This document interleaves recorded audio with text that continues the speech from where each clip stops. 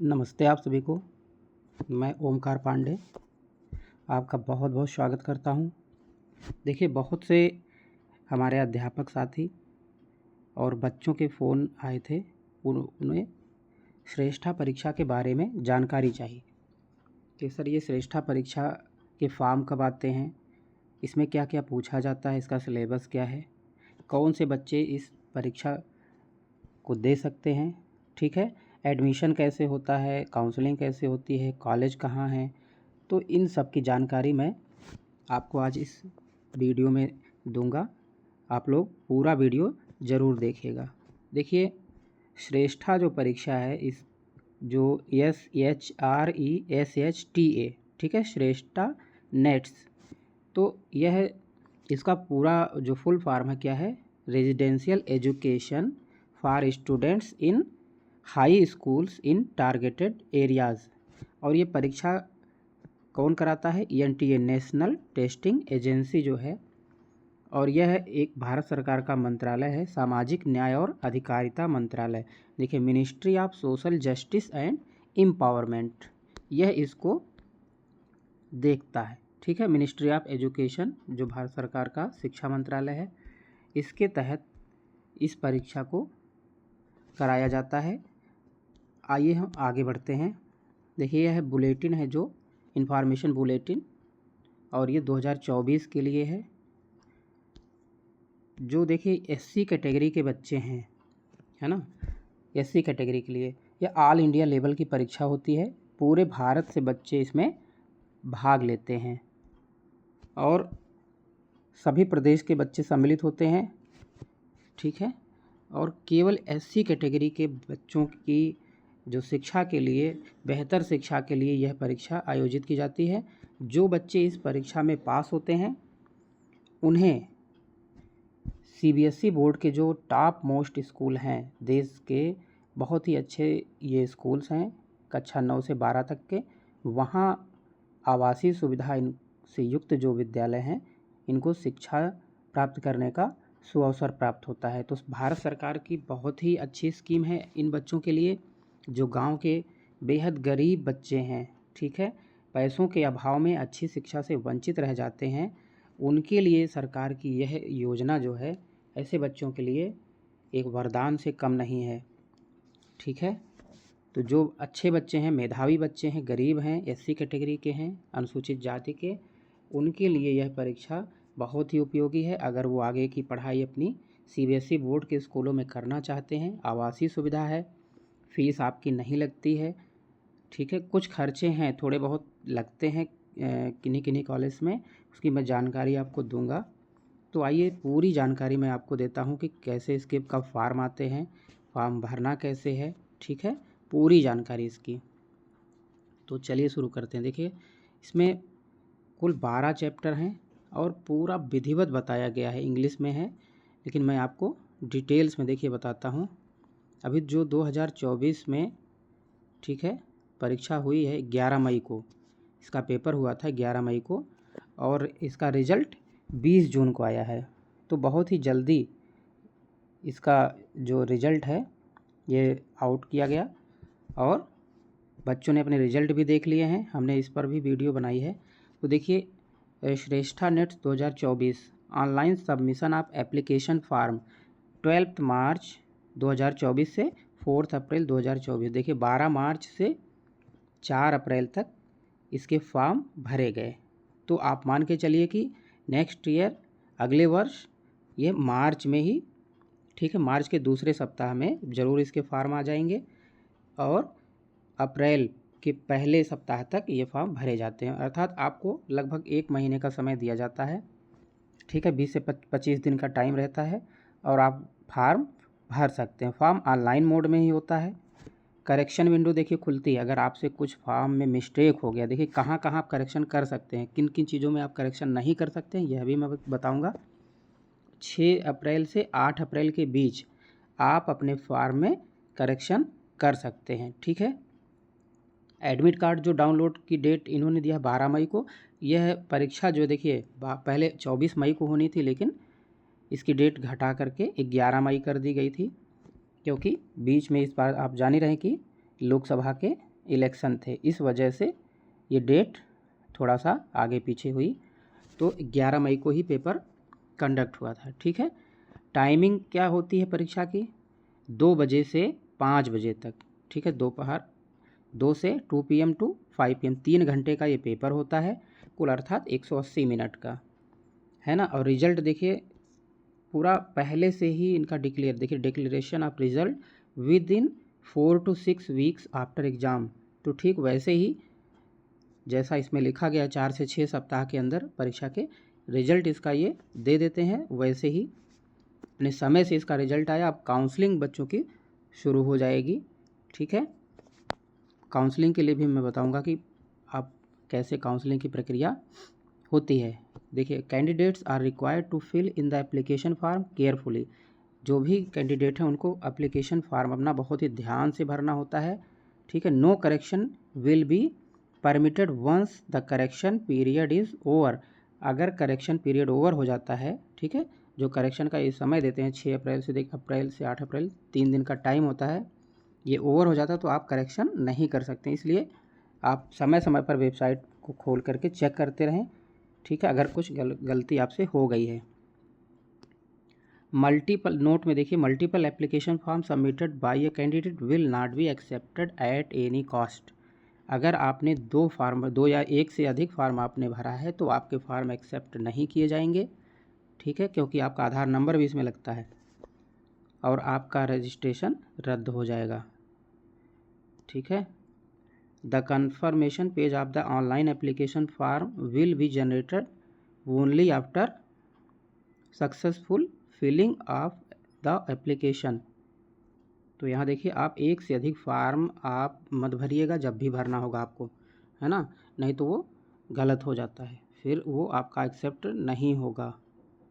पहले से मैं यहाँ पे देखिए लिखा भी है, आपको सूचित कर देता हूँ। Candidate must read carefully the instruction. खैर इसमें आपको कुछ नहीं करना है, आपके जो भी अध्यापक हैं, आपके टीचर हैं, गुरु हैं, उनसे आप फॉर्म भरवाइएगा, या आप साइबर कैफ़े से अगर भरवाते हैं फॉर्म को तो बहुत ही ध्यान से भरवाइएगा। ठीक है, कुछ भी गलती उसमें नहीं होनी चाहिए। इसकी परीक्षा देखिए कैसी होती है। कैंडिडेट्स अप्लाई, देखिए फॉर्म कैसे पढ़ते हैं, Shreshta NETS through the online mode, केवल ऑनलाइन, ऑफलाइन इसका जो फॉर्म है वो सबमिट नहीं होता है। The application form in any other mode will not be accepted. ठीक है, केवल ऑनलाइन फॉर्म इसका सबमिट होता है। आप श्रेष्ठा की जो वेबसाइट है उस पर जा कर के आप एप्लीकेशन अपना फॉर्म भर सकते हैं। देखिए यहाँ पे दिया है ना, exams.nta.ac.in श्रेष्ठा। ठीक है, अब भरने के लिए क्या क्या आपको चाहिए, देखिए कौन कौन से स्टेप आपको फॉलो करेंगे। रजिस्ट्रेशन, पहले आपका रजिस्ट्रेशन होता है। हमने अपने विद्यालय के बच्चों के रजिस्ट्रेशन किए थे, तो सबसे पहले आपका रजिस्ट्रेशन होता है। और देखिए, register for the online application form and note down the system generated application number. आपको एक एप्लीकेशन नंबर प्राप्त होता है जब आप रजिस्ट्रेशन करेंगे। ये बहुत ही इम्पॉर्टेंट आपका एप्लीकेशन नंबर होता है, क्योंकि इसी एप्लीकेशन नंबर से आगे की प्रोसेस आपकी होगी। ठीक है, रोल नंबर आपका एडमिट कार्ड के समय पता चलता है, लेकिन एप्लीकेशन नंबर और जन्म तिथि जो आपकी डेट ऑफ बर्थ है, इसी से आपका एडमिट कार्ड भी डाउनलोड होगा, आपका रिजल्ट भी इसी से चेक होता है, एप्लीकेशन नंबर से। ठीक है, आगे बढ़ते हैं। देखिए, the candidate should supply the required details while filling the online application form and is also required to create password। एक पासवर्ड भी आपको बनाना होता है जब आप फॉर्म भरेंगे तो। ठीक है, और एक आंसर सिक्योरिटी क्वेश्चन होता है, तो कुछ भी आप डाल सकते हैं, उसमें सिक्योरिटी क्वेश्चन आता है, तो जो पहला वाला ऑप्शन है उस पर क्लिक कर दीजिएगा, वो कहीं नोट कर लीजिएगा। ठीक है, उसके बाद सबमिट कर देना है अपनी पर्सनल डिटेल्स। ठीक है, तो उसके बाद आपका एप्लीकेशन नंबर जनरेट हो जाएगा और आप इसी से स्टेप बाय स्टेप अपने फॉर्म को पूरा कर सकते हैं। ठीक है, दूसरी स्टेप क्या है, एप्लीकेशन फॉर्म। देखिए, अभी तो हमने रजिस्ट्रेशन किया, रजिस्ट्रेशन नंबर हमें मिला, एप्लीकेशन नंबर, इसके बाद एप्लीकेशन फॉर्म। देखिए, एप्लीकेशन फॉर्म को बहुत ही सावधानी से हमें भरना होता है। ठीक है, तो आप ध्यान दीजिएगा कि पहले आप ध्यान से इस वीडियो को देखना है। जब एप्लीकेशन फॉर्म आएगा तो मैं एक वीडियो और इसका बना दूंगा। तो आपको क्या करना है, एप्लीकेशन फॉर्म जब आपका पहले क्या हो गया, आपको एप्लीकेशन नंबर मिल गया, आपने रजिस्ट्रेशन अपना कर दिया, उसके बाद फॉर्म को पूरा करना उसी एप्लीकेशन नंबर से और अपना जो पासवर्ड आपने बनाया है, ठीक है, उससे आपको एप्लीकेशन फॉर्म भरना होता है। लॉगिन करिए और उसके बाद पासवर्ड डालिए, ओपन हो जाएगा, ठीक है। आपका पर्सनल डिटेल्स उसमें पूछेगा, पूरा आपका नाम, जन्म तिथि, ठीक है, किस कक्षा के लिए अप्लाई कर रहे हैं, 9th के लिए कर रहे हैं या 11th के लिए कर रहे हैं, क्योंकि कक्षा 9 और 11 में ही एडमिशन इसमें होता है, ठीक है। श्रेष्ठा के तहत आप कक्षा 8 जब 8 में पास कर जाते हैं, कक्षा 8वीं, तब आप 9, 10, 11 और 12 के लिए फॉर्म अप्लाई करते हैं, ठीक है, पढ़ने के लिए। या जो बच्चे हाई स्कूल पास होते हैं वो भी इस फॉर्म को भर सकते हैं, ठीक है। 10 और 12 में ये फॉर्म आप नहीं भर सकते। इसके बाद आपको किस क्लास के लिए भर रहे हैं ये भरेंगे, एग्जामिनेशन सिटीज़। इसके बाद आपको एग्जामिनेशन सिटी चुनना होता है, किस शहर में आप परीक्षा देना चाहते हैं, ठीक है। तो मंडल जो होते हैं वहाँ इसके शहरों में, इन शहरों में जैसे लखनऊ हो गया, आपका गोरखपुर हो गया, वाराणसी सेंटर आगरा है, तो इन जगह पे इसका जो सेंटर है वो होता है। तो आप अपने नज़दीकी सेंटर पर ही भरना होता है आपको ये फॉर्म, ठीक है। अपना वहाँ शहर चुनना है। उसके बाद डिटेल्स अपना एजुकेशनल क्वालिफ़िकेशन जो आपकी है, ठीक है, उसको फीड करना होता है इसमें। कक्षा 8 का जो डिटेल्स होता है आपका वो भरा जाता है, ठीक है। इसके बाद देखिए जो अपलोड क्या क्या करना आपको, स्कैन जो क्या क्या इसमें डॉक्यूमेंट्स लगते हैं, फ़ोटोग्राफ होती है आपकी फ़ोटो, इस एक फ़ोटो होती है और सिग्नेचर आपका, ठीक है। और किस साइज में देखिए होता है ये, द रिसेंट फोटोग्राफ, मतलब हाल का जो आपका फ़ोटोग्राफ है, should be either in colour और black and white with 80% face without mask, बिना मास्क का, जिसमें आपका 80% क्या हो, फेस आपका आना चाहिए और बाकी 20% में आपकी बाकी बॉडी हो, वो विजिबल होना चाहिए, ठीक है। और बैकग्राउंड कैसा हो, वाइट बैकग्राउंड होना चाहिए, पीछे कैसा बैकग्राउंड हो, वाइट, कोई भी चल सकता है लेकिन हल्का हो, डार्क बैकग्राउंड ना हो पीछे, ठीक है। अब तो कलर फ़ोटो भी चल सकती है और ब्लैक एंड वाइट भी। तो आपका फेस बिल्कुल क्लियर होना चाहिए, एक फ़ोटो हो।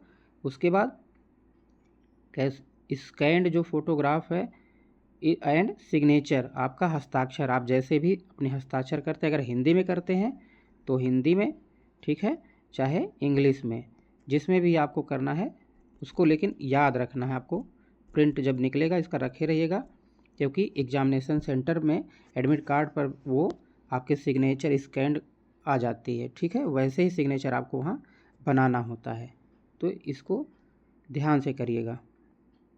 जेपीजी या जेपीईजी फॉर्मेट में ये होना चाहिए। पीडीएफ फॉर्मेट देखिए, scanned category certificate undertaking should be in PDF format, ठीक है।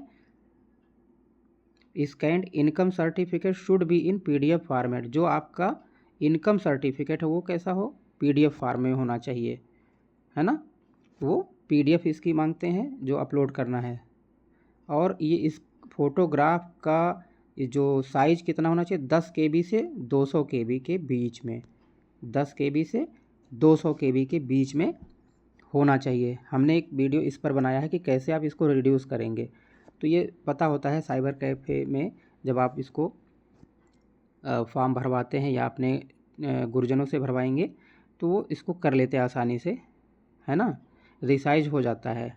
अगर आपको नहीं पता है एप्लीकेशन के बारे में तो आप क्या करना है, अपने फ़ोन से दूसरे फ़ोन में व्हाट्सएप के ज़रिए ट्रांसफ़र कर दीजिए, तो MB से वो KB में अपने आप हो जाता है, तो अंडर 200 KB के अंदर ही वो फ़ोटोग्राफ्स हो जाती है, आप आसानी से उसको अपलोड कर सकते हैं, ठीक है। तो ध्यान देना है कि आपकी फ़ोटो 10 KB से 200 KB के बीच होनी चाहिए, तो अर्थात 180 KB तक फ़ोटोग्राफ रखिए तो क्लियर रहेगा। सिग्नेचर 4 KB से 30 KB के बीच होना चाहिए। ये देखिए बहुत कम का मांगा है, तो आप 25 KB, कम से कम 25 KB में कर सकते हैं। सिग्नेचर कितने में? 4 KB से 30 KB। और कैटेगरी सर्टिफिकेट आपकी जो है, अर्थात जाति जो आपकी है, ठीक है, जो कास्ट सर्टिफिकेट होती है वो 50 KB से 300 KB के बीच, तो अर्थात यह भी आप 250 KB से लेके 280 KB तक कर दीजिएगा, तो वो अच्छी रहती है। ठीक है, ये चीज़ें आपको बनानी होती। इसके बाद देखिए क्या है, ये सारी चीज़ें आप पहले से तैयार रखेंगे, अर्थात आप एक फ़ोटोग्राफ आपका होना चाहिए और अपने हस्ताक्षर एक सादे पेपर पे कर लीजिएगा कहीं पे, और आपका जो कैटेगरी सर्टिफिकेट है वो होना चाहिए। ये 3 चीज़ें, ठीक है, पहले मस्ट हैं। बाकी आपका आधार, आपके पिताजी का आधार, माताजी का आधार, यह भी ज़रूरी होता है। और एक चीज़ ध्यान देना है आपको कि जो भी आप फ़ोटो और सिग्नेचर है ना, आपके फ़ोटोग्राफ और सिग्नेचर खुद के होने चाहिए। जो भी आपने परीक्षा फॉर्म के टाइम पे भरा है, किसी गलती से किसी और का फ़ोटो या सिग्नेचर इस पर नहीं लगना चाहिए। अगर ऐसा आप करते हैं, देखिए यहाँ पर लिखा है, ठीक है, तो अगर आप ऐसा करते हैं तो आपको बाहर कर दिया जाएगा कभी भी। ठीक है, तो ऐसी गलती नहीं करनी है, बहुत ध्यान से इसको करना है। ठीक है, तो फार्म को सबमिट करने से पहले देखिए, please check your photograph and signature before submission of the application form. तो यहाँ पे देखिए क्लियर लिखा गया है कि फॉर्म को सबमिट करने, एप्लीकेशन फॉर्म को सबमिट करने से पहले एक बार ज़रूर चेक कर लीजिएगा। ठीक है, कि फ़ोटोग्राफ्स, जैसे मान लीजिए कई बच्चों के उनके पास फ़ोटोग्राफ्स होते हैं, गलती से लग गया तो ये चेंज नहीं होगा आगे चल करके, ना सिग्नेचर और ना फ़ोटोग्राफ्स। ठीक है, in case the photograph and signature is blurred, अगर ब्लर है या विजुअल नहीं है या पहचान में दिक्कत हो रही है, तो क्या करना, आपको रिजेक्ट हो जाएगा एप्लीकेशन आपका। इसलिए अच्छा फ़ोटो आपको लगाना है जो बिल्कुल क्लियर हो। ठीक है, और बाद में इसको बदलने की अनुमति नहीं दी जाएगी आपको।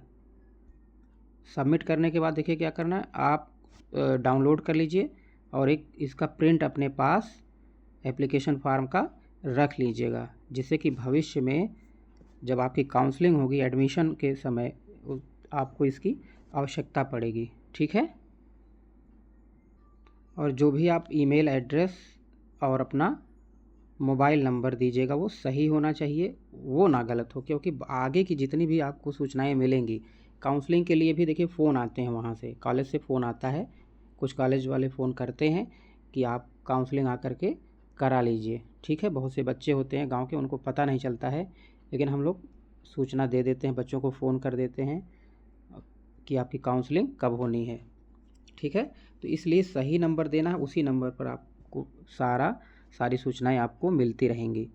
ठीक है, आगे की देखिए किन किन चीज़ों आपका बदलाव नहीं होगा। जो भी एप्लीकेशन फॉर्म में आपने भरी है सूचना, जैसे नाम, आपका नाम हो गया, कॉन्टैक्ट डिटेल्स हो गई, ठीक है, एड्रेस डिटेल्स और एजुकेशनल क्वालिफ़िकेशन डिटेल्स, आपकी शैक्षिक योग्यता की जो डिटेल्स है, जन्म तिथि और जो चॉइस ऑफ एग्ज़ाम सिटीज़, किस शहर में आप जो है परीक्षा देना चाहते हैं, ये जो है किसी भी, ये चेंज नहीं होगा।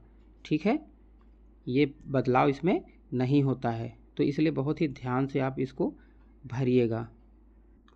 देखिए अब हम अबाउट श्रेष्ठा नेट्स, ठीक है, द श्रेष्ठा नेट्स 2024, देखिए यहाँ पे लिखा है comprises of one paper having 4 sections of mathematics. इसमें देखिए कितने सेक्शन होते हैं, 4 पार्ट में, इसके 4 पार्ट होते हैं पेपर के।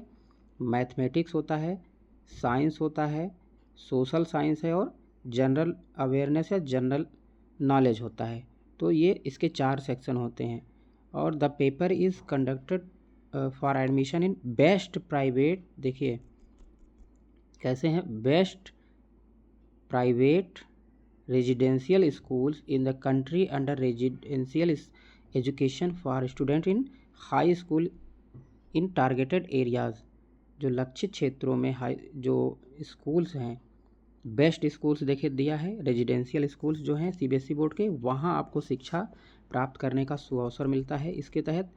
और देखिए पेपर जो आपका होता है, ये बहुत ही इम्पॉर्टेंट चीज़ है। यहाँ पे देखिए तैयारी कैसे करेंगे, based on NCERT syllabus. NCERT syllabus के पर बेस्ड होता है, जो एनसीईआरटी की बुक्स होती हैं। अगर आप हिंदी मीडियम में हैं तो हिंदी मीडियम की बुक्स ले लीजिएगा, ठीक है। लेकिन आपको परीक्षा के बाद जब आपका एडमिशन होगा तो वहाँ पे पढ़ाई इंग्लिश मीडियम में ही होती है। लेकिन ब्रिज कोर्स भी चलाया जाता है। देखिए बच्चे जो ग्रामीण परिवेश के होते हैं, इंग्लिश में थोड़ा सा वीक होते हैं वो, ठीक है, तो उन्हें थोड़ा असहजता महसूस होती है वहाँ पर जा कर के, लेकिन धीरे धीरे धीरे वो सीख जाते हैं और बहुत ही अच्छे स्कोर करते हैं आगे चल कर के, क्योंकि बहुत मेहनती बच्चे होते हैं। आप मेहनत से वहाँ पहुँचते हैं, अपनी काबिलियत से पहुँचते हैं। तो आप बिल्कुल भयभीत नहीं होना है।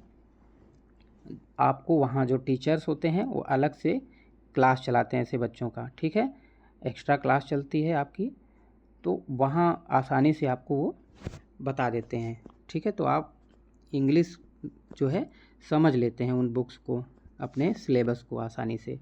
तो जो नाइन्थ में जो बच्चे नाइन्थ के में एडमिशन के लिए जो पेपर देंगे, उनका जो पेपर आता है वो कक्षा 8 की जो एनसीईआरटी की बुक्स हैं, मैथ की, साइंस की, सोशल साइंस, जीके, वहाँ से पेपर बनता है, ठीक है। और जो बच्चे 10वीं पास हैं, ठीक है, 11 से 12 में एडमिशन लेना चाहते हैं, 11th और 12th में, ठीक है, उनका जो सिलेबस होता है एग्ज़ाम का, वो कहाँ से आता है, हाई स्कूल का। जो हाई स्कूल की एनसीईआरटी बुक्स हैं वहाँ से क्वेश्चन बनते हैं, ठीक है। The Shreshta NETS will be conducted for admission in class 9th and 11th only for SC candidate. देखिए बहुत से बच्चे पूछते हैं कि किन के लिए सर, मेरे लिए कि नहीं, तो केवल SC कैटेगरी के बच्चों के लिए ही श्रेष्ठा परीक्षा होती है, ठीक है। और जिनकी आय देखिए कितनी होती है, 2.5 लाख तक, 2,50,000 तक जिनकी वार्षिक आय है, वही इस फार्म को भर सकते हैं। अर्थात SC कैटेगरी के बच्चे भर सकते हैं और उनकी इनकम कितनी होनी चाहिए परिवार की, 2.5 लाख तक, ठीक है। 2.5 लाख से ऊपर अगर है तो वो फॉर्म नहीं भर सकते हैं, ठीक है। अब यहाँ पर देखिए पैटर्न क्या है इसका, subject wise distribution questions, total number of questions and marks. Mathematics देखिए होती है, इस 30 क्वेश्चन आते हैं मैथ के, और हर प्रश्न 4 अंकों का होता है, तो 120 मार्क्स हो गए आपके मैथमेटिक्स के। 30 प्रश्न होते हैं, सबसे ज़्यादा प्रश्न मैथमेटिक्स के होते हैं, ठीक है। उसके बाद साइंस से 20 क्वेश्चन होते हैं, 20 प्रश्न साइंस विज्ञान से होते हैं, इसका मतलब 80 मार्क्स, 80 नंबर विज्ञान का हो गया। सोशल साइंस जो सामाजिक विषय है, इतिहास भूगोल, वहाँ से 25 प्रश्न होते हैं, अर्थात 100 नंबर का आपका सोशल साइंस है। और जीके जो है वो 25 क्वेश्चन जीके के होते हैं, वो भी 100 मार्क्स, तो टोटल आपका हो गया 400 नंबर की ये परीक्षा होती है, ठीक है। अभी जो रिजल्ट आया है उसमें आप देखेंगे कि मेरिट बहुत लोग ऐसी उम्मीद कर रहे थे कि पेपर आसान है, मेरिट हाई जाएगी, क्योंकि हमने कहा था वहीं पे कि नहीं, मेरिट लो जाएगी, मेरिट हाई नहीं गई है। तो अगर आप जिन बच्चों के देखिए 42-45 प्रश्न सही हैं, ठीक है, 40-42-45 क्वेश्चन 100 में, तो उनका सिलेक्शन निश्चित है ना। देखिए हमारे यहाँ का जो बच्चा है वो 184 उसके मार्क्स हैं, 184, और अर्थात कितने प्रश्न हो गए, 46 क्वेश्चन उसके सही हैं। तो 46 प्रश्न पे उनकी रैंक जो आई है 871वीं रैंक है, कितनी है, 871। और पहली जो काउंसलिंग होती है, फर्स्ट काउंसलिंग में कितने बच्चे बुलाए जाते हैं, 1500 बच्चों की होती है। तो आप सोच लीजिए कि 46 प्रश्न कर करके इनकी 871वीं रैंक है, ठीक है। तो इसका मतलब मेरिट कितनी डाउन हुई है। और देखिए एक बच्चे के 168 अंक हैं, 168, अर्थात 42 प्रश्न इनके सही हैं, कितने सही हैं, 42 केवल सही हैं, और 42 प्रश्न में इनकी रैंक है 1316, अभी मैं इन बच्चों के आपको दिखाता हूँ। 1316वीं रैंक है, अर्थात 1500 के अंदर हैं ये सब बच्चे, देखिए रैंक के, और केवल 42 प्रश्न सही करके।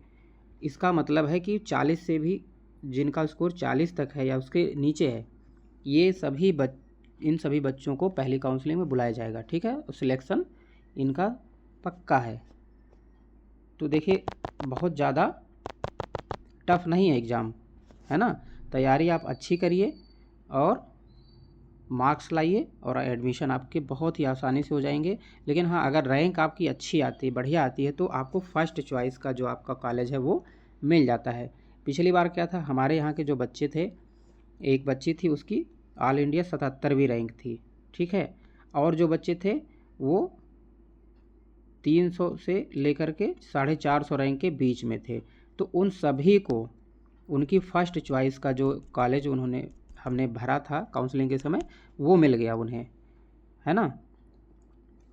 तो आप सोच सकते हैं कि आप भी फर्स्ट चॉइस जो भरिएगा ध्यान से भरिएगा, जो कॉलेज पता कर लीजिएगा कि जो अच्छे कॉलेज हैं वहाँ जो है उनको फर्स्ट चॉइस पे रखिएगा। इसमें चॉइस आपको फिल करनी होती है 1 2 3 4 से लेकर जितने भी आप चॉइस आपकी हो फिल कर सकते हैं अपनी सुविधा के हिसाब से, ठीक है।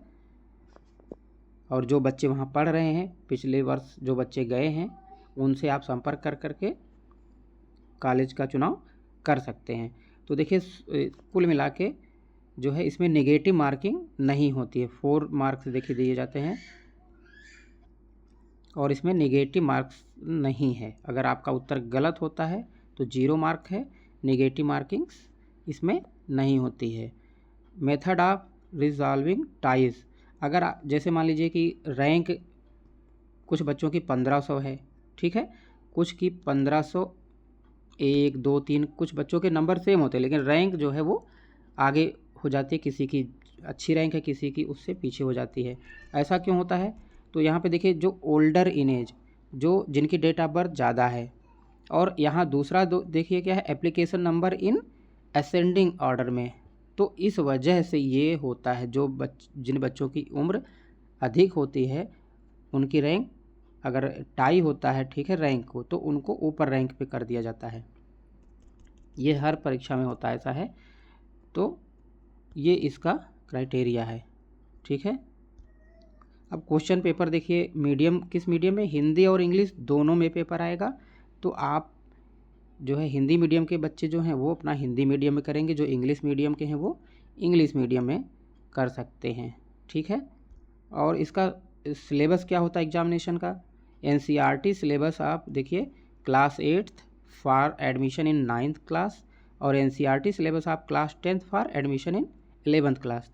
अर्थात जो बच्चे कक्षा 9 में एडमिशन लेना चाह रहे हैं उनका जो सिलेबस है वो कक्षा 8 की एनसीईआरटी से प्रश्न आते हैं, और जो 11 में बच्चे एडमिशन लेना चाह रहे हैं वो कक्षा 10 की जो एनसीईआरटी की बुक्स है वहाँ से ये एग्ज़ाम का जो सिलेबस है वो तैयार किया जाता है, ठीक है। देखिए इसमें एलिजिबिलिटी एंड क्वालिफ़िकेशंस क्या पूछ रहे हैं, ये 2024 के लिए था, जब 2025-26 के लिए आएगा, ठीक है, 23-24 के लिए था, तो 25-26 का जब फॉर्म अगले साल आ जाएगा तो आप इसको डेट को 1 साल आगे बढ़ा लीजिए, ठीक है। स्टूडेंट्स बिलोंगिंग शेड्यूल कास्ट, पहले तो एससी कैटेगरी का बच्चा हो, कक्षा 8 में पढ़ रहा हो और कक्षा 10 में जो पढ़ रहे हैं, ठीक है, वही इस परीक्षा को दे सकते हैं।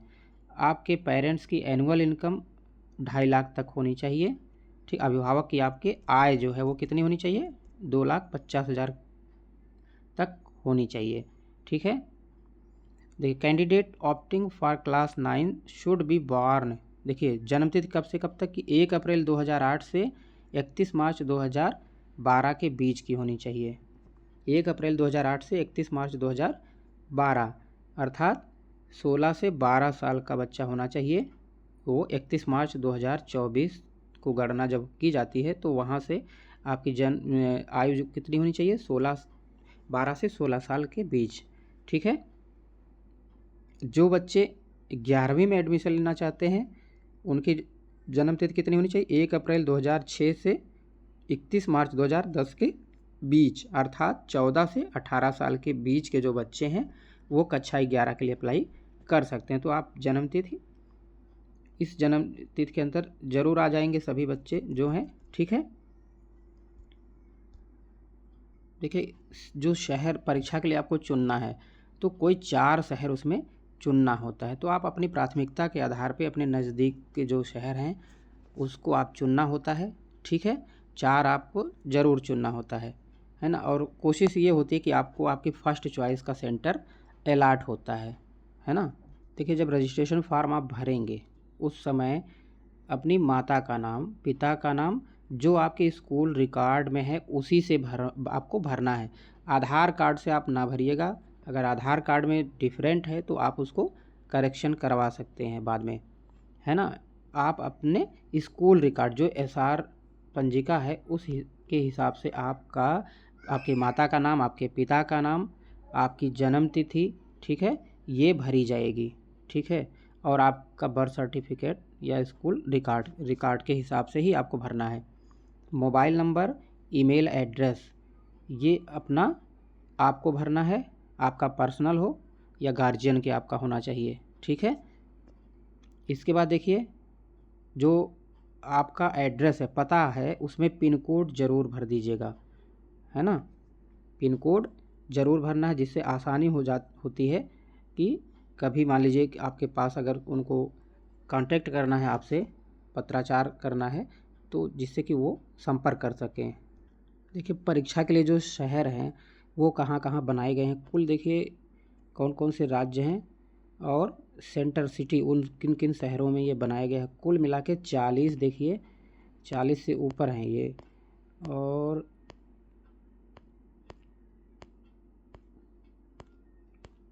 काफ़ी ज़्यादा हैं। कुल मिला के देखिए 143 राज्यों, 143 देखिए सेंटर्स बने हुए हैं शहरों में, ठीक है। वेस्ट बंगाल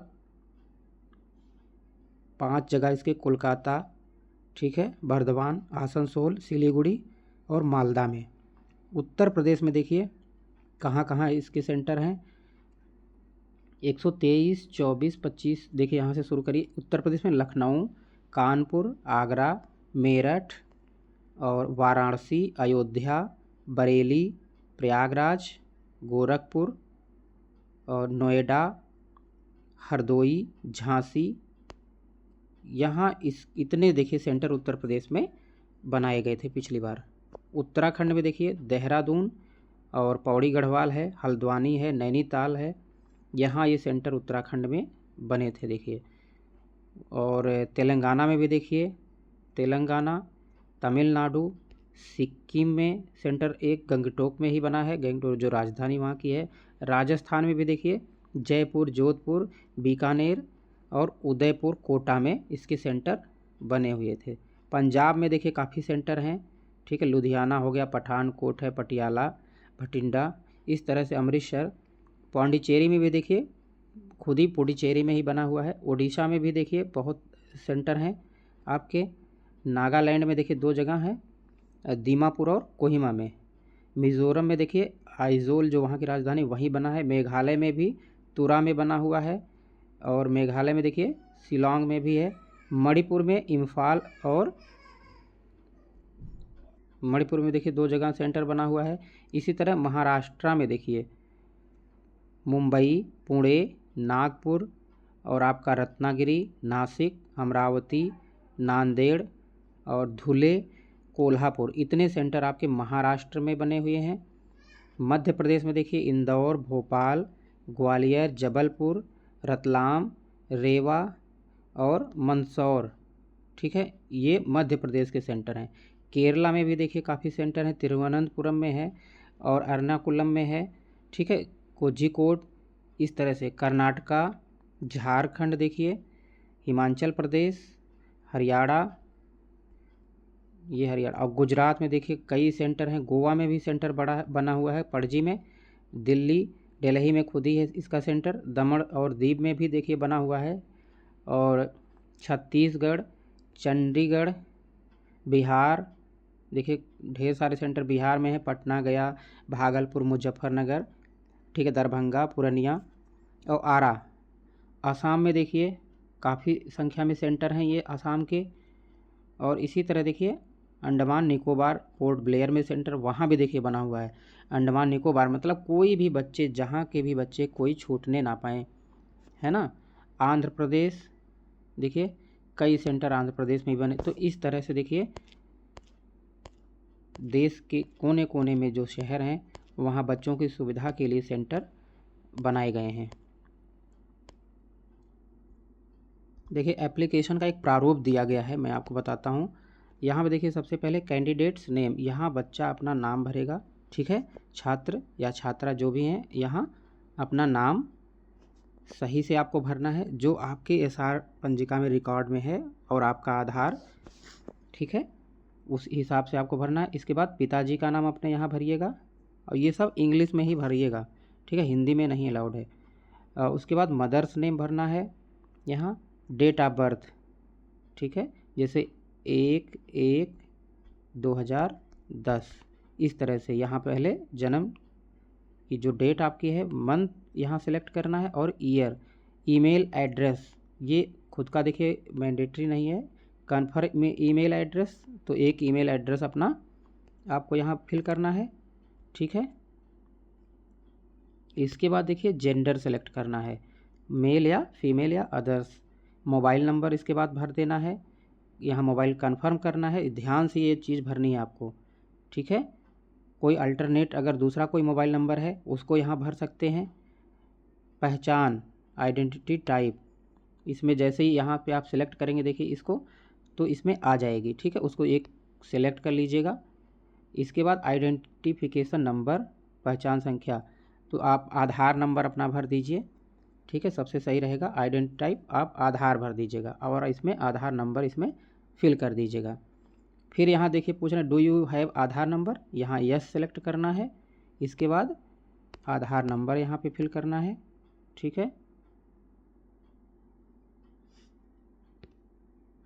यहाँ पे लोकेलिटी भरनी है, क्योंकि प्रीमिसेस नंबर या नेम, यहाँ पर आप जो क्षेत्र आपका एरिया है उसको डाल देंगे, ठीक है, अपनी ग्राम पंचायत जैसे है आपकी, सब लोकेलिटी। इसके बाद कंट्री देश, यहाँ इंडिया सेलेक्ट करना है। स्टेट जो आपका स्टेट है, यूपी या उत्तराखंड, ठीक है, हिमाचल प्रदेश, सब आपका आता जाएगा। डिस्ट्रिक्ट यहाँ सेलेक्ट करेंगे, जो भी आप स्टेट सेलेक्ट करेंगे उस हिसाब से आपकी डिस्ट्रिक्ट सेलेक्ट हो जाएगी, ठीक है। इसके बाद पिन कोड यहाँ भरना है। इसके बाद देखिए पासवर्ड बनाना है आपको। इसके बाद पासवर्ड कन्फर्म, शॉर्ट ही पासवर्ड बनाइएगा। जैसे आपका नाम अनिल है तो कैपिटल ANIL अनिल 12 है ना 38, ठीक है, इस तरह से आप पासवर्ड बना सकते हैं। 1 हैज आगे लगा सकते हैं, ठीक है। इसके बाद सिक्योरिटी क्वेश्चन यहाँ पे एक पूछा जाता है, तो सिक्योरिटी को यहाँ सेलेक्ट जैसे करेंगे वो सिक्योरिटी क्वेश्चन आ जाएगा, आप उसको एक कोई सेलेक्ट कर दीजिएगा। सिक्योरिटी आंसर यहाँ पे कुछ भी भर सकते हैं, अपना नाम वगैरह, या स्कूल का नाम भर दीजिएगा अपने यहाँ पे, ठीक है।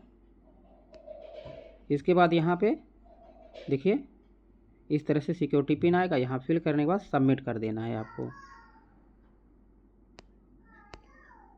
सबमिट के बाद देखिए क्या करना है, अब इस तरह से ये फॉर्म के आगे हो जाएगा, ठीक है। कैंडिडेट्स नेम ओके ग्रीन हो जाएगा, वहाँ टिक लगती है। Father's name, mother name, gender, date of birth, mobile number. और यहाँ इस तरह से अगर बॉक्स में चेक बॉक्स में रेड दिखा रहा है तो आप अभी अपना मोबाइल नंबर भरे नहीं, इसका मतलब है ना, उसको फिल करना। ईमेल एड्रेस इस तरह से करने के बाद डिक्लेरेशन होता है।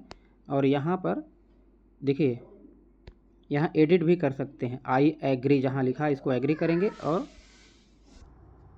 देखिए जहाँ पे लिखा आई एग्री, ठीक है, आई एग्री ये चेक बॉक्स होता है, इसमें क्लिक कर देंगे। और उसके बाद देखिए क्या है, यहाँ पर लिखा है एडिट रजिस्ट्रेशन फॉर्म और सबमिट। तो आप एक बार ज़रूर एडिट कर लीजिएगा, जैसे ही इस पर क्लिक करेंगे पूरा फॉर्म आपका फिर से खुलकर सामने आ जाएगा। एक एक आप बॉक्स चेक करते जाइएगा। आपका नाम महत्वपूर्ण है, जन्मतिथि, पिता का नाम, माता का नाम, address, mobile number, email ID जो है सब आप चेक करते जाइए। अगर आप कुछ भूल जाते हैं ना तो फाइनल सबमिट नहीं हो, सबमिट अगर कर देंगे तो बाद में एडिट नहीं होता है है ना। करेक्शन विंडो जब खुलेगी तो कुछ चीज़ों को छोड़ करके ही आपको करेक्शन के लिए अनुमति दी जाएगी।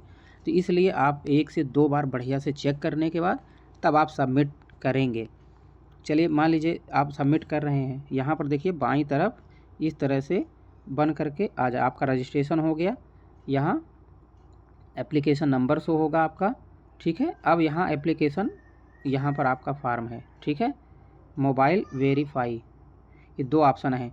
तो रजिस्ट्रेशन देखिए कंप्लीट लिख रहा है और एप्लीकेशन फॉर्म अभी भी आपका इनकम्प्लीट है। इस तरह से अगर आपके फॉर्म पे आ रहा है तो क्या करना आपको, आप एप्लीकेशन पर क्लिक करिएगा। यहाँ पर एप्लीकेशन पर क्लिक करेंगे तो ये ओपन होके आ जाएगा और यहाँ पर देखिए क्या है, कॉन्टैक्ट डिटेल्स रेड जो हो रहा है, इसका मतलब कॉन्टैक्ट डिटेल्स आपका अभी सही नहीं है ना। तो अब यहाँ पर देखिए जैसे प्रीमिसेस नेम 1 2 लोकेलिटी क्या है, अपना जो स्थान है वहाँ का देना आपको है, ठीक है। जैसे आप डिस्ट्रिक्ट या सब डिस्ट्रिक्ट तहसील कुछ भी भर सकते हैं उसमें है ना। कंट्री इस तरह से भर दिया और इसके बाद देखिए डिस्ट्रिक्ट नेम, स्टेट क्या है, पिन कोड भरना है, एड्रेस भरना है और आगे आप चेक करते जाइएगा ऐसे, ठीक है। सब कुछ भरा हुआ है, आई एग्री। इसके बाद आप यहाँ पे क्लिक कर दीजिएगा, contact details saved successfully, okay लिख के आ जाएगा और ये ग्रीन टिक आ जाएगी इस पर, ठीक है। इसके बाद देखिए फिर अभी एप्लीकेशन, अब यहाँ पर्सनल डिटेल्स में एक बार सब चेक करते जाएंगे आप ओपन करके। पर्सनल डिटेल्स सब जैसे आपके क्या होते हैं, candidate's name, date of birth, ठीक है, father's name, mother's name, gender, nationality Indian भरेंगे, ठीक है, स्टेट क्या है और identity type, school ID card जैसे इसमें भरा है इन्होंने, अगर आपके पास स्कूल आईडी कार्ड है उसको भर सकते हैं, नहीं तो आप आधार अपना सेलेक्ट कर भर दीजिएगा, ठीक है। कैटेगरी एससी, आधार नंबर, ठीक है। इसके बाद आई एग्री यहाँ पर आएगा, उस पर क्लिक कर देंगे चेक बॉक्स पर और आगे बढ़ेंगे सबमिट करके, ठीक है। फिर पर्सनल डिटेल्स भी देखिए सेव हो जाएगी, ओके आ जाएगा यहाँ पर। फिर फॉर्म आप देखिएगा एग्ज़ाम सेंटर डिटेल्स यहाँ नहीं भरा है आपने, तो इसको भरेंगे। किस क्लास के लिए भरना है, एडमिशन आपको लेना है, देखिए यहाँ पर क्लास 9 क्लिक कर लीजिए, टिक कर, ध्यान दीजिएगा जो बच्चे कक्षा 9 में एडमिशन लेना चाह रहे हैं 9th और 11th वाले 11th पे क्लिक करेंगे, उसको टिक कर देंगे। स्टेट है, ठीक है, एग्जामिनेशन सेंटर कहाँ पे आप एग्ज़ाम देना, स्टेट कौन सा होगा, एग्ज़ाम का सेंटर कहाँ पे आप चाहते हैं, यहाँ पर आप सेलेक्ट कर, सिटीज़ आपको देखिए चुननी है, 4 सिटी इन्होंने चुना हुआ है इसमें है, तो क्रम से वरीयता क्रम में आपको चुनना है, सबसे नज़दीक का से लेकर सबसे दूर तक का, जहाँ आसानी से आप पहुँच सकें वो वाला सिटी आपको चुनना है ना। तो यहाँ पूछना है कि क्या आपकी इनकम 2.5 लाख तक है, यस आप सिलेक्ट करना है। और फादर्स की क्वालिफ़िकेशन जो है आपके पिता जहाँ तक पढ़े हैं वहाँ पे, और मदर्स की क्वालिफ़िकेशन, एनुअल इनकम इसमें भर दीजिएगा, जो आपका आय प्रमाण पत्र बना होगा जितने की वो आप यहाँ पर, जैसे 46,000 की बनी 46,000, 48, 1.5 लाख, 2.5 लाख तक आप इसमें भरिएगा, है ना। पिता की क्वालिफ़िकेशन सब हो गया।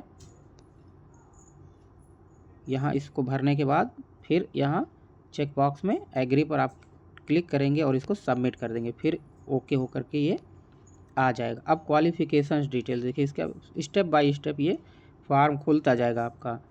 पासिंग स्टेटस पास्ट, ठीक है, किस साल पढ़े हैं आप, पास हुए हैं 2023 वाले 2024, अब आगे आप 2024 में पास किए हैं उसको भरेंगे, आगे की परीक्षा 2025 में भरेंगे आप, ठीक है। किस विद्यालय का नाम यहाँ भरना है, किस विद्यालय से पास हुए हैं आप हैं, रिजल्ट परसेंटेज यहाँ भर देंगे, ठीक है, टोटल कितने मार्क्स थे, कितने आपने ऑब्टेन किए, कितना परसेंट आपको मिला है। इसके बाद भरने के बाद एग्री करके सबमिट कर देंगे, फिर आगे बढ़ चलेंगे, ठीक है, बढ़ना है। इसके बाद क्या देखिए है अपलोड डॉक्यूमेंट्स, इसके बाद देखिए यहाँ क्रम से ये फॉर्म आपका ओपन हो रहा है। अपलोड डॉक्यूमेंट्स में क्या क्या, फ़ोटो देखिए कितनी मैक्सिमम 10 से 100 KB में होना चाहिए, JPEG फॉर्मेट में या JPG में। यहाँ जैसे ही सिलेक्ट करेंगे अपलोड के लिए ऑप्शन आ जाएगा देखिए फुल करके, अपलोड फाइल, तो इसको सेलेक्ट जैसे करेंगे और इसको अपलोड करने के बाद ये यहाँ पर दिख जाएगा आपका। फिर सिग्नेचर आपको अपलोड करनी है 4 KB से 100 KB के बीच में जो होती है मैक्सिमम, यहाँ सेलेक्ट कर लीजिएगा। कास्ट सर्टिफिकेट आपकी जो है, ठीक है, SC की बनी है, उसको 30 से 150 KB के अंदर होना चाहिए, उसको भी अपलोड करेंगे। और आय प्रमाण पत्र अपना, जाति, आय, आपका सिग्नेचर और फ़ोटो, ये आप अपलोड कर देंगे। उसके बाद यहाँ पर क्या होगा, आगे बढ़ जाएंगे सबमिट के बाद। फिर आपका फॉर्म जो है फाइनली ओपन हो जाएगा, ठीक है, इस तरह से वो दिख जाएगा। फिर आपका फॉर्म फाइनल सबमिट हो जाएगा और ये डिटेल्स आपका फॉर्म का इस तरह आ जाएगा। आप एक इसका प्रिंट निकाल करके अपने पास सुरक्षित रख लीजिएगा। देखिए पूरा फॉर्म ये यहाँ ओपन हो गया है ना, सब कुछ इसमें भरा हुआ है। इस तरह से आपका भी फॉर्म ओपन हो करके आ जाएगा। और ये देखिए photo, signature, caste certificate, income certificate यहाँ पर आ जाएगी और डेट, समय सब यहाँ पे लिखा होगा, ठीक है। इस तरह से देखिए आपको श्रेष्ठ परीक्षा क्या है, किन बच्चों को ये फॉर्म भरना होता है, कहाँ कहाँ सेंटर होते हैं, क्या क्या डॉक्यूमेंट्स लगते हैं, पूरी प्रोसेस हमने इस वीडियो में, एक ही वीडियो में देखिए सब कुछ बता दिया आपको। इसका जब फॉर्म आएगा मैं पूरी प्रोसेस आपको फिर से किसी बच्चे का फॉर्म भरूंगा, पूरी प्रोसेस का वीडियो बनाऊंगा लाइव और आपके साथ शेयर कर दूंगा, ठीक है। इसके लिए बहुत बहुत धन्यवाद आप सभी का।